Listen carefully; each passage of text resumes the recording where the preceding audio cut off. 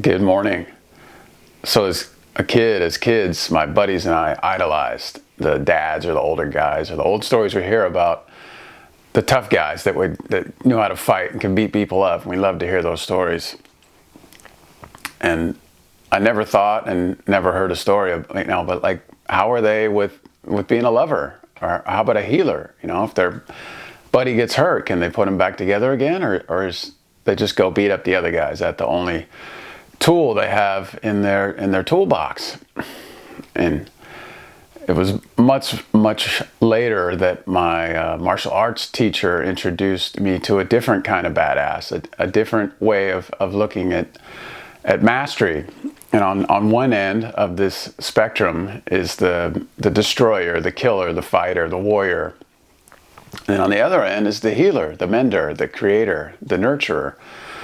Those kind of words and those kind of extremes. And then true mastery, true badass can occupy every role along that spectrum and use their intuition and their through practice and training to occupy any of those roles or to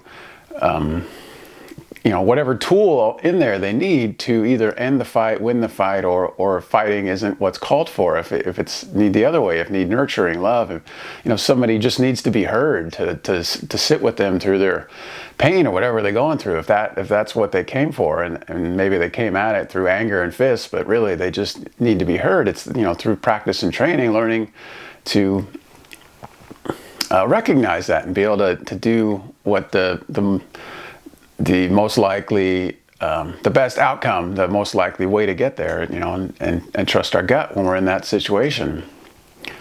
And then years before I heard of that concept, a friend came to me. I was engaged at the time, and he was having relationship problems, and he came to me with his own divorce, and I couldn't hear it. I was scared. I ran, I was like, don't tell me that. I don't want to hear it. I couldn't even listen to it. Just the idea of divorce was terrifying.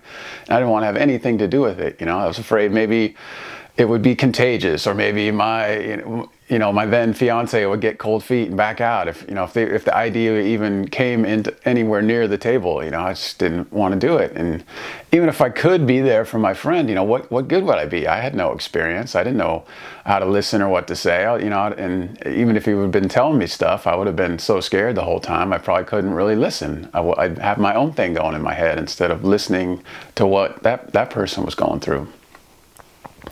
And so it was only much later, after having gone through a divorce and feeling the pain of having someone leave and feeling like abandoned and having to be barely keeping my neck above the waves of grief and having it getting a big wave of tears would wash over me at any moment. I could barely get through the day without just bursting into tears. And so I'd be at work or I just had moved to San Francisco and new roommates, and I was afraid that, just going into the house, I felt that sadness coming and afraid I'd just burst into tears. And, it was hard to carry that grief around and to be constantly feeling it and have the courage to, if I did burst into tears, to do it with whoever I'm with. That was hard. That was way harder than punching somebody or making some sarcastic remark or trying to, but then I couldn't stuff the fear, the tears, the sadness down if I tried. Earlier in my life, I tried and was successful. I'd come up with some way to using whatever criticism, sarcasm, anger, stuff it down. But now there was nothing. It just came when it came, and I would just start crying, and it was hard to carry that and be with that and sit through it. But now, having been on the other side, when someone comes to me with something like that, I have the capacity. I'm like, man, yeah, I feel you. I've been there. It's hard, and I can listen, and it's not scary because I've already been through it. Come out the other side and learn from it, and feel like a more complete person. I've occupied more roles on that spectrum of fighter and healer, and so I feel.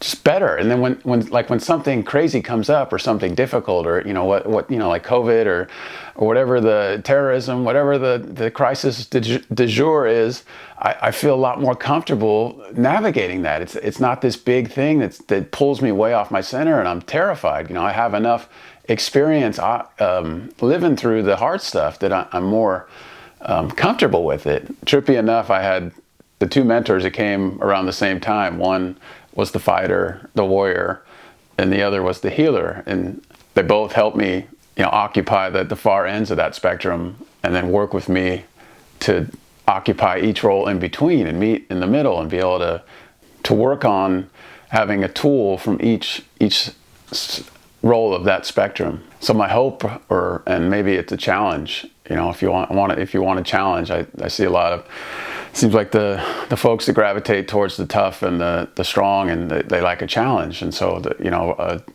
a real challenge is to step out of the comfort zone, step out of the strong and tough and brave and that kind of thing, and try to occupy the other, more like soft and vulnerable and emoting. And that's for me, that was way harder.